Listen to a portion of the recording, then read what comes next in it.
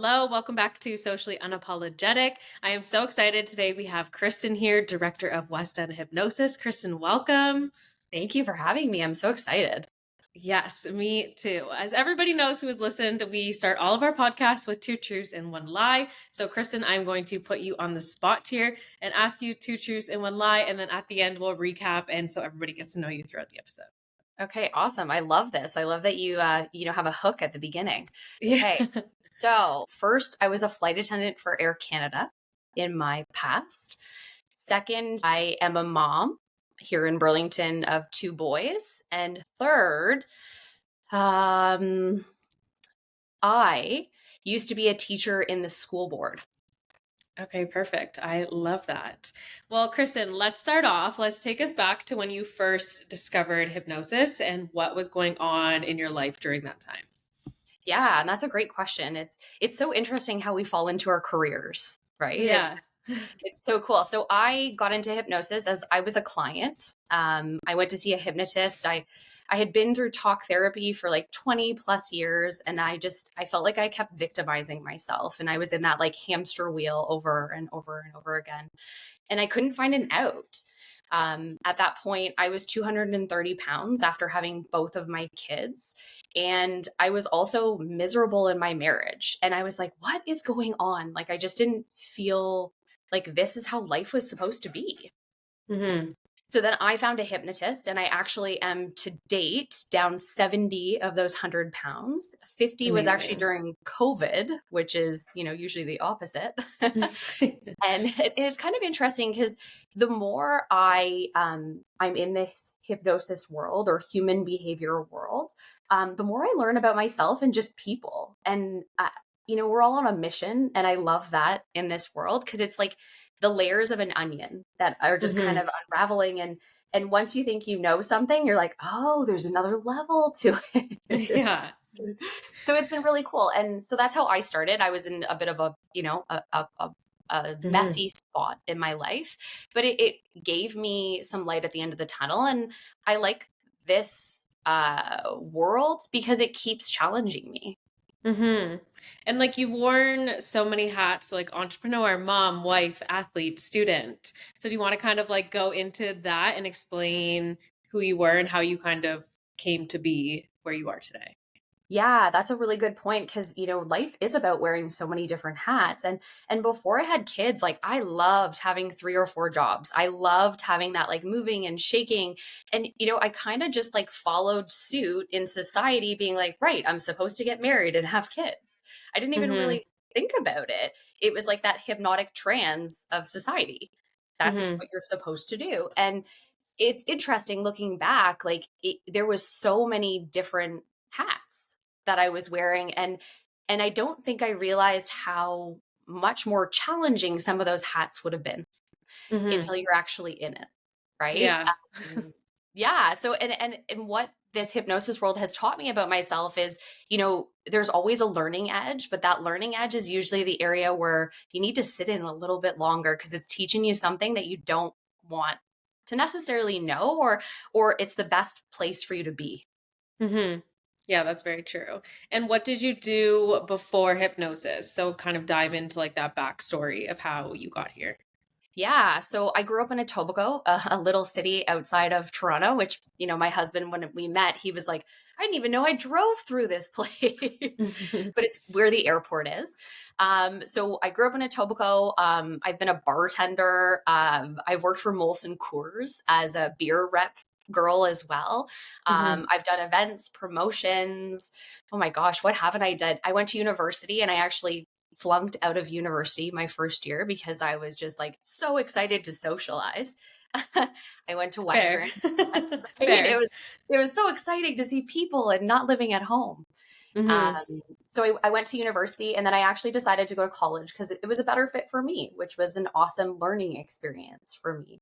And then after I did my college, I went off to Australia, and I actually met my husband right before I moved to Australia. And I remember being like, shoot, this guy's for real. Like, I like him. And I remember telling him that I loved him before I left for Australia.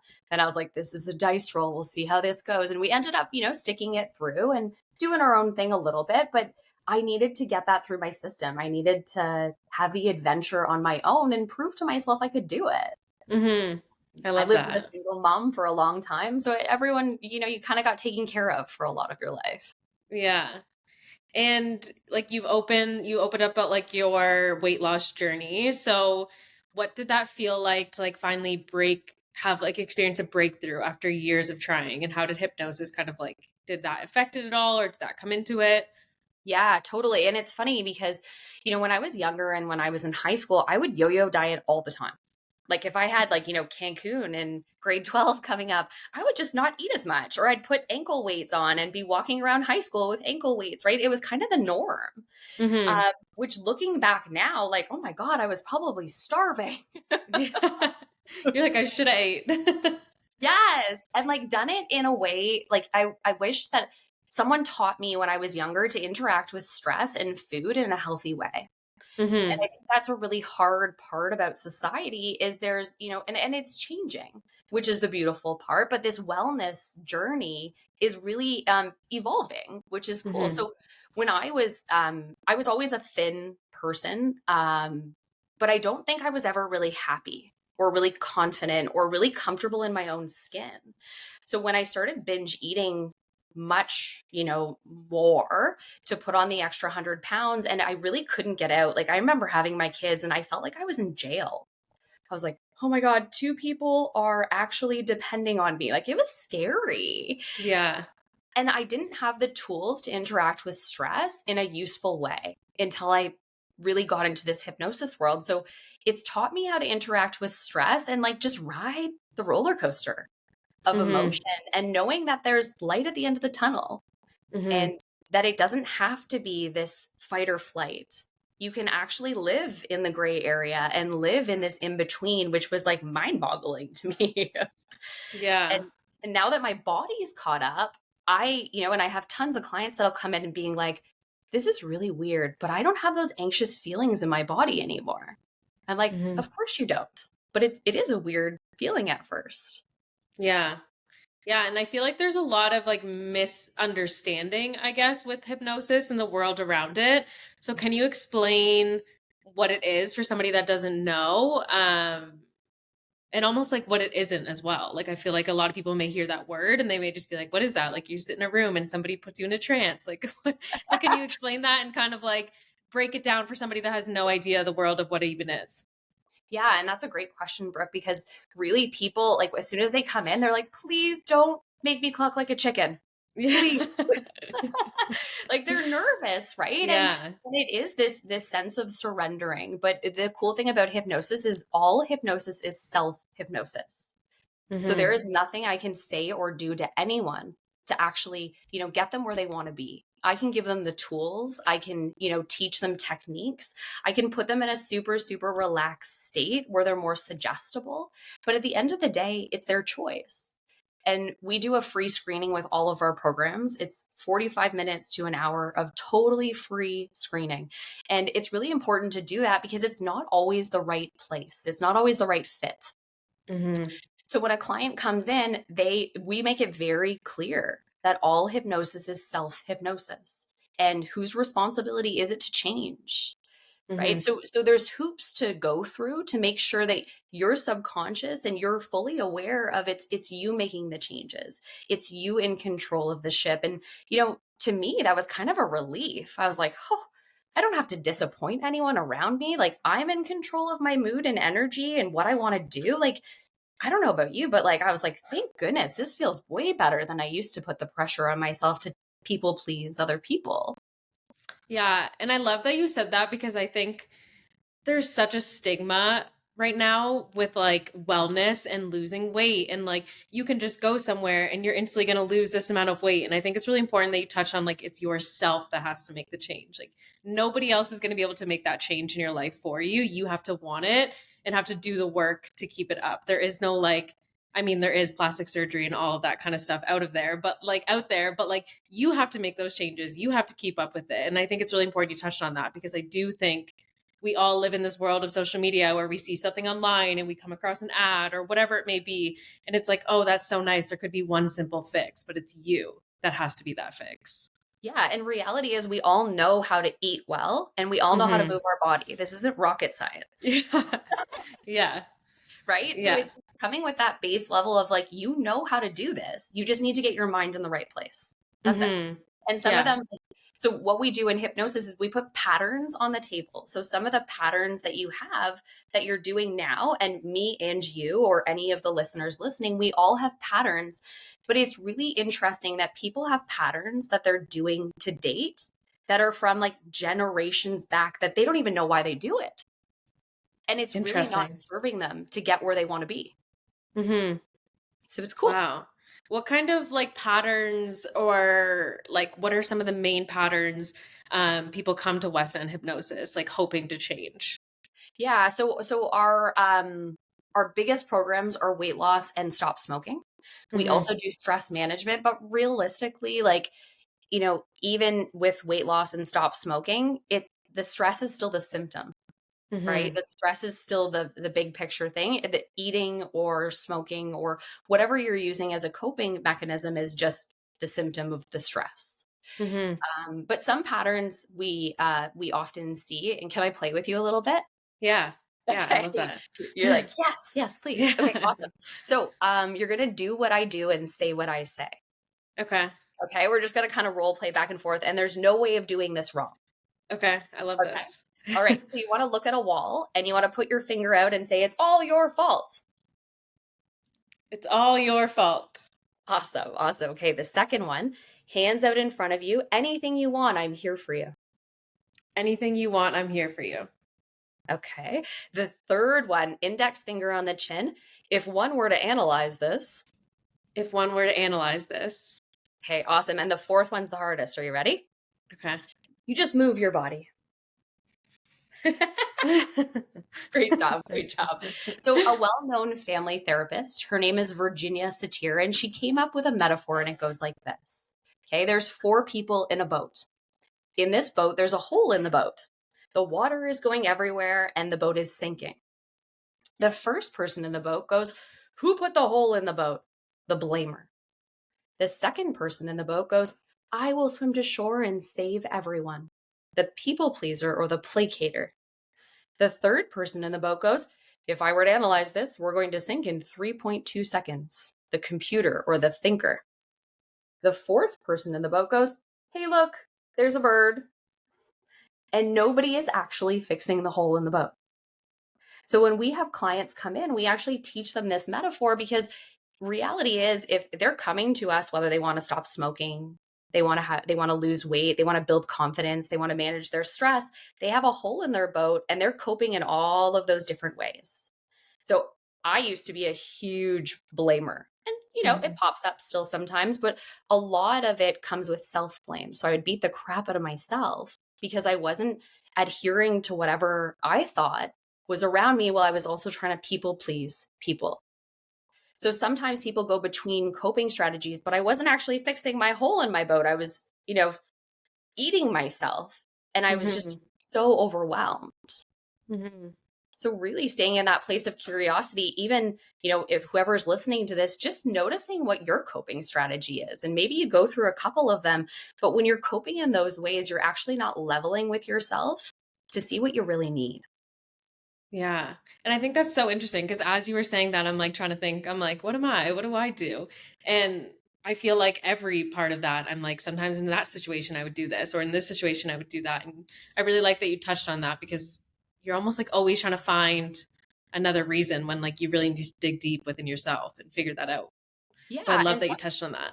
yeah, totally. And some of this is like nobody really wants to sit in that uncomfortable situation, right? Or that Hmm. uncomfortable feeling. But sometimes if we really like just level with ourselves, and when I say level, like I think of someone just looking in the mirror and being, Hmm. all right, what's happening here? Okay, like Yeah. just being real with yourself. Like, hey, I'm lonely. Maybe I'm eating at the end of the night because I don't want to lie in bed with my husband and I do want to connect with him, but I'm going downstairs and watching a show because I want the connection. I'm lonely. I'm bored. Hmm. So it's really, really being honest with yourself, with which isn't easy. Yeah. Yeah, I was going to say, I feel like that's the hardest part for people, right? Like looking in the mirror, looking at yourself and almost telling yourself, why am I doing this? Is this because I'm of this in my life? Or is I feel because life is so quick and life's so fast that we all just like mask those emotions? It's just like you don't take that time to look at yourself in the mirror. It's almost just like, all right, next thing, I have a busy day, this, and this, and this. And you never really sit with yourself. So I really love that you touched on that, because I think it is important to like sit there for a second and think like, what can I do? Why do I feel this way? And like, yeah, looking in the mirror, because I feel like that's really scary for a lot of people. Totally. And pre-hypnosis, I don't think I would have ever done that. Hmm. Right. So as the hypnotist, we say that we're like, as the client, you're in the bottle. And as the hypnotist, we're reading the label for you, because realistically, we can't always do it for ourselves. So Hmm. it's good to have even a friend or a hypnotist or someone in your life who can read your label. And I laugh sometimes because any of my friends who will be listening to this, they don't always love my feedback because I give it to them real. I'm not gonna, pamper the idea of it. I'm like, hey, I see where you need to be, and I'm gonna give it to you. I'm gonna level for you and show you where you need to go in this. Because sometimes we're so into belonging in a group that we want to just belong and feel included that we kind of lose touch of the outcome. Hmm. Yeah, that's so important. I love that you said that. And Yeah. what's one of the biggest like um almost like aha moments for clients that have been like working with you? So like if somebody has been coming to you, what's like one of their biggest transformations that you've kind of like seen consistently? Yeah, it's interesting. I've had a bunch recently, and a lot of them have been men, actually. And some of them being like, I'm starting to talk like you. And I have a weight loss gentleman right now who's down 40 pounds, and Wow. he's been so stuck for so long, and he's never been a thin, trim, fit person. So for him, it's like this new exploration and really getting into the senses of like, wow, I'm allowed to take up space. I'm allowed to be this man of the house with his relationship and with his kids, and to model that. Hmm. Because even in the family dynamics, like there is traditional roles in life. There's traditional roles, and whether it's a lesbian couple and there's a more male and a more female role, there's still those traditional roles, which is the beauty of the yin and yang Hmm. of that whole picture. And I have another client who he's a district manager in the area, and I remember he came in and he's this big, big, big, tall guy, and he took up this much space, and life had just kept beating him down. And by the end of the program, he stepped out and he's like, Kristyn, I didn't realize I was allowed to take up this space, because he was living in something that had nothing to do with right now. Hmm. He was just beating the crap out of himself. And medically, we aren't medical professionals. We do all the self-hypnosis, and we're more of an education center. But he was talking to his doctor and he's like, I don't have blurred vision anymore. My diabetes is manageable now. So like all of these things that come out with just with interacting with stress in a different way. I love that. That's really important. I love that you touched on that.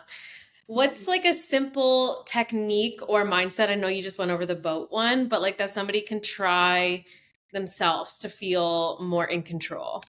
Yeah, for sure. So one of the biggest ones that I tend to go to a lot. So keep in mind, like, even though I'm a hypnotist, I practice this stuff on myself all the time too. Yeah. And I also have a hypnotist who's here in Burlington. She has the training facility here in Burlington, and I will pay her for the rest of my life because she reads my label, Yeah. which helps me be a better parent, which also helps me be a better hypnotist for my own clients. Hmm. So something that I would advise people to do is to forgive and let go a little bit more often. Okay. So whether it's someone cutting us off on the road, or it's, something from the past, or even this frustration that we have with ourselves. Because us as human beings, we have these experiences, and then sometimes we don't even realize we're keeping ourselves in jail, but we are, over and over and over again, especially with weight loss, stress management. So something that I would suggest people do, and is it okay if I play with you again, Brooke? Because it's a Yeah. little bit Yeah. Go easier. ahead. Go ahead. Okay, so go ahead and close your eyes. Okay, so with your eyes comfortably closed, you're going to go ahead and put a frustrating person in front of you. So just go ahead and take a deep breath in when you have that frustrating person in front of you. Excellent job. And then letting it all out slowly now. So as that frustrating person is in front of you, you're going to imagine that there's a big, long, sticky cord between you and that person. And this anger, this frustration is sucking the life out of you. So as you see, feel, and hear that big, long, sticky cord, in a moment, you're going to grab whatever utensil you want, whether it's a samurai sword, maybe it's a kitchen knife, or maybe it's just scissors from the island drawer. But you're going to grab whatever utensil you want, and you're going to go ahead and cut that cord. So go ahead and cut that cord, and then take a deep breath in when you're done.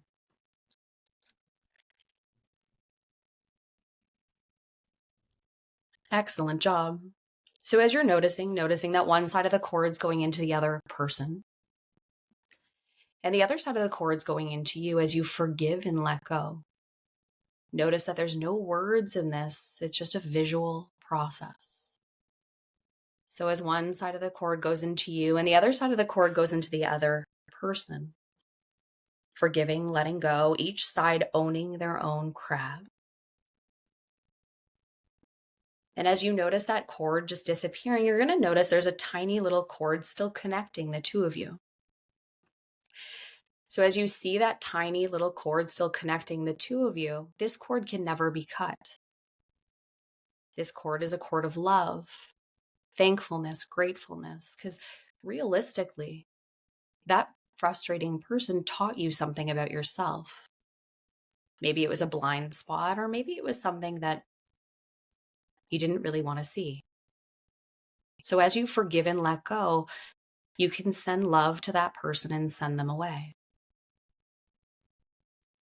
And only when you are done, when you've done everything you need to do in this moment to forgive and let go, even if it's just a couple steps forward, go ahead and open your eyes. Look up for a sec.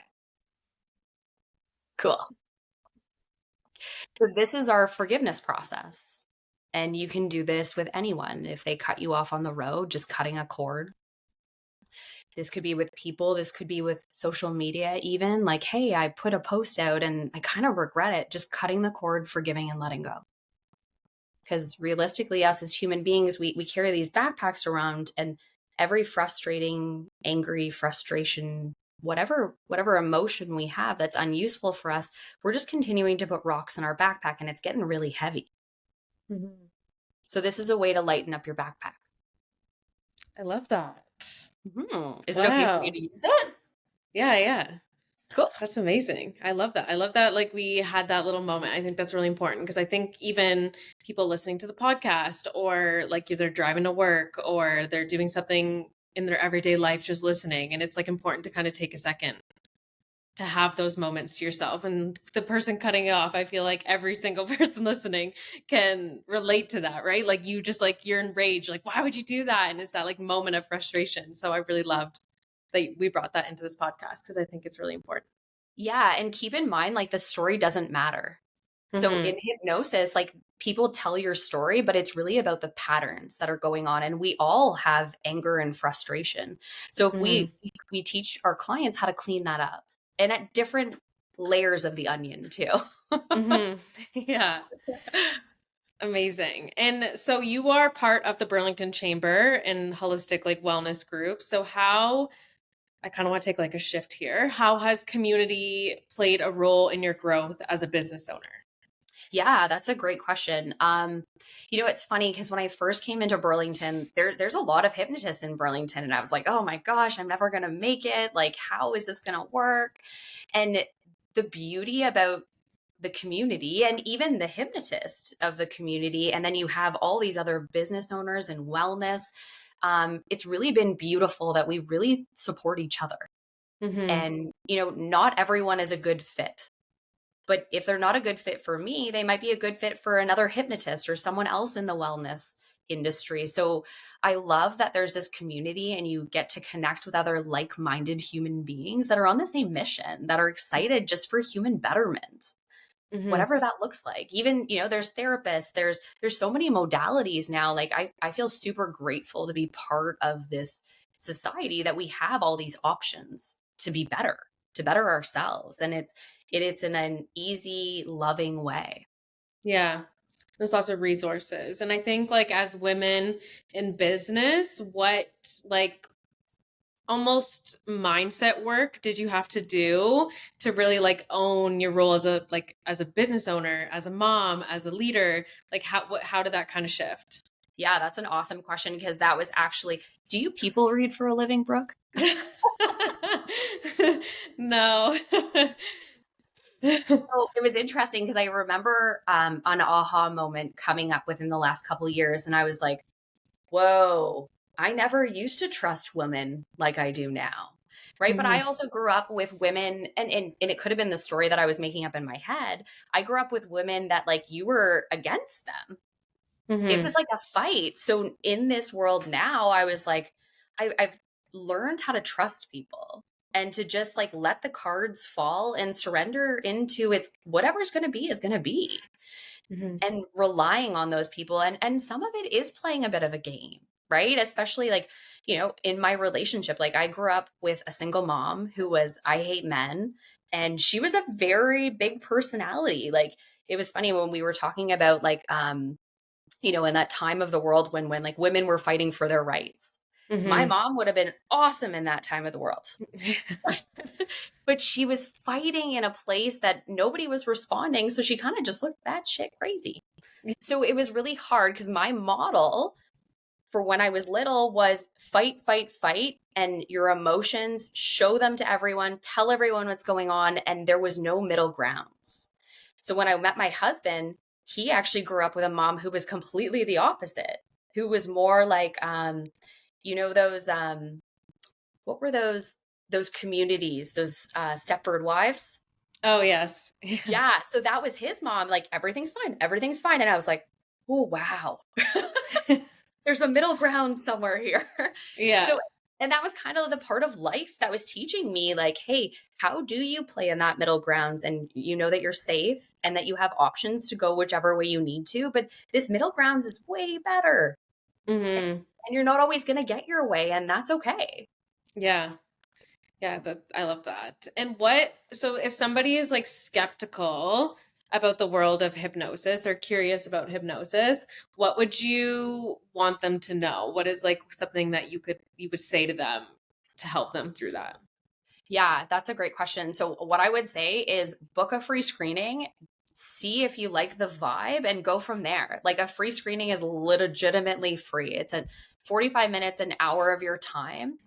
Whether it's with me or another hypnotist in Burlington, like this world of hypnosis is amazing. And for someone who's tried a lot of modalities, I can truly say the most powerful shifts have been in hypnosis. And um, even within that screening, you learn something about yourself and Hmm. you get hypnotized and you actually realize it's a lot easier than you think. Yeah. That's Yeah, that's important that you like offer that. I think a lot of the times like because people are curious, they may not always want to like spend the money on something and not know if it's going to work. So I think it's like amazing that you guys offer that 45 minutes to an hour for them to like kind of dive in and see if it's even something that connects with them. I think totally. that And almost I like think, opens people up to it a bit more. yeah, and I think it's really good both ways because we have to also stay within our scope of practice. And if there's a mental illness or, we also do pain management as well. So we need a note from their doctor. So it's really important to get like the whole picture when you meet Hmm. with someone, and you can't get that over the phone or through an intake form. Like Yeah. that's just impossible. Yeah. And what does freedom feel like to you now, and how has that changed since your transformation? Yeah, that's an awesome question. I feel like you're really good at reading people. Thank you. You should think about getting into this hypnosis world. What I used to think freedom was is I used to think it was like a rebellious thing. And I'd be like, yeah, let me be free. Like I think of even like fleeing off to Australia. I thought that was freedom. Hmm. Okay. But now what I see freedom as is I see this like space. to just try things on, to make mistakes and learn from them, to be able to take care of yourself. And it's interesting. I was doing this with a client this week of putting myself in the middle. Okay. So, like, if there's the center, like the sun of our universe, the middle as the person, as you or me, and then all these orbits around. And where would you place people in these orbits around? And for me, it was actually really difficult to put myself in the middle without anybody. I was Mm-hmm. like, wait a second, I have to put my kids and my husband and everyone else there too, right? And that was my biggest shift, is being able to take care of myself and have the freedom to take care of myself, because then I see it's way better for my kids. It's I'm a way better mom, I'm a way better friend, I'm a better wife, I'm just a better me. Mm-hmm. And that to me is what freedom means. Amazing. I feel like you worded that really well. What is next for West End Hypnosis, and what do you like the goals? What do you feel is next in those like next 2 to 5 years for you? Yeah, so exciting. Yeah, so the more clients, the better. So Hmm. I laugh because my motto is get butts in seats. Hmm. Love it. Yeah, so the more butts in the seats. Right now I'm there 2 days a week, which is awesome because it's this balance between, I have young kids still, so I Hmm. want to still be in their lives, but I also want to be on my own mission and, explore my passion. So butts in seats for now, and I'm actually joined a men's health group, or actually it's changed to women as well as youth. So I'm part of a group called the Capillary Community. It's downtown Burlington, and we're going to go into schools and corporations and start doing educational sessions as well. So Amazing. even bigger, right? Like, it's just like Yeah. vibrating out, and we'll see what's Yeah. next. Like, I'm I love excited. that. My goal is to make more money than my husband. Nice. I love that. I love Yeah. those goals. Yeah. And let's circle back to the beginning of the episode. I feel like people have really gotten to get to know you. And then I think that there was so many good things in this episode. I'm so excited for it. Let's go back to your 2 truths and 1 lie. Oh my gosh, I don't remember what they were. The teacher, Yep. The teacher, um, the Canada flight. mom, and the mom. Right. Okay. Yes.